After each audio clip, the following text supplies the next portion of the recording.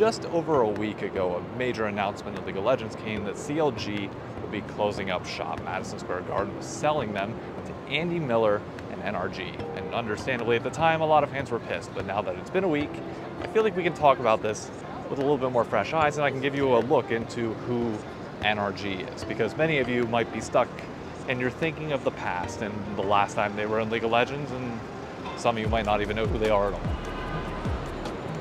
One of the more common Twitter and Reddit comments I saw was that, oh, NRG sucked the last time they were in League of Legends.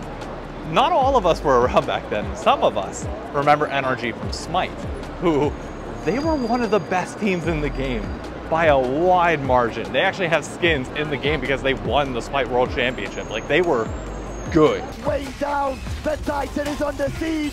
NRG are looking to be world champions again, and they've done it. Long live the king!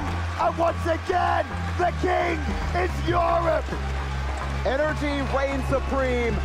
So your impression of them in League isn't necessarily indicative of them as an org, but that's a problem that I think all League of Legends players seem to struggle with.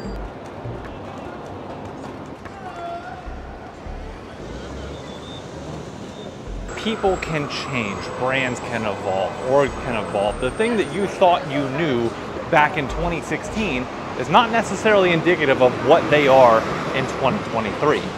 For example, welcome to Penn Station, the ugly stepchild of the two train stations that we have here in New York City. It's not really all that pretty in here. If you could take a choice to travel out of one of either Grand Central or Penn Station, you'd go Grand Central 100% of the time. But here's the thing, this isn't all of Penn Station. And welcome to Moynihan Hall. Still Penn Station, but different, updated, newer. This is more like what you're gonna get with NRG now.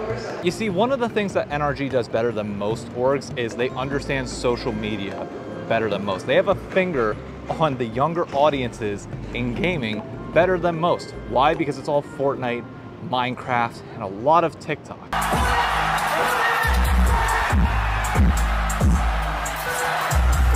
If you didn't know, Full Squad Gaming is a brilliant TikTok idea of just doing random gaming crap and making it popular. Shooting each other with a paintball if you don't guess something right. It's simple, it's easy, but they can also then market players, teams, creators, etc. And it's all technically under the same parent company as NRG. They even have a castle for content. You might end up seeing a lot more Fortnite and Minecraft spam in the comments of League of Legends games as their creators like Sapnap start to get people into the game. But most importantly, they bring an audience that quite frankly does not know about League of Legends. To the CLG fans out there, I'm not saying that you need to become NRG fans because they like these things and are newer and are fresher on memes. But the point is that they are going to bring a new audience in. CLG fans, I have a feeling, will likely find home somewhere else, whether that's Golden Guardians or another team. They'll take a break for a few weeks and then ultimately come back, and if they truly didn't love the game, then they were probably on their way out anyways. But for NRG, they have the potential to grow things. Andy Miller specifically has a pretty good head on him. The main criticism levied against Andy Miller and NRG is that they leave esports just as quickly as they enter, which by all means can be a bad thing if you're just coming in for a quick publicity stunt and then dipping. But it's also smart if you go in, realize that there's not a future on something that you tried as you learn the ecosystem within it, and then understandably cut your ties before you lose too much money. The difference with the LCS, Andy Miller's been on record since 2020 saying that he wants back in. He's wanted back in League of Legends for a long time now, and he believes that there is a future for the game and for the esport. So, we'll see how it goes.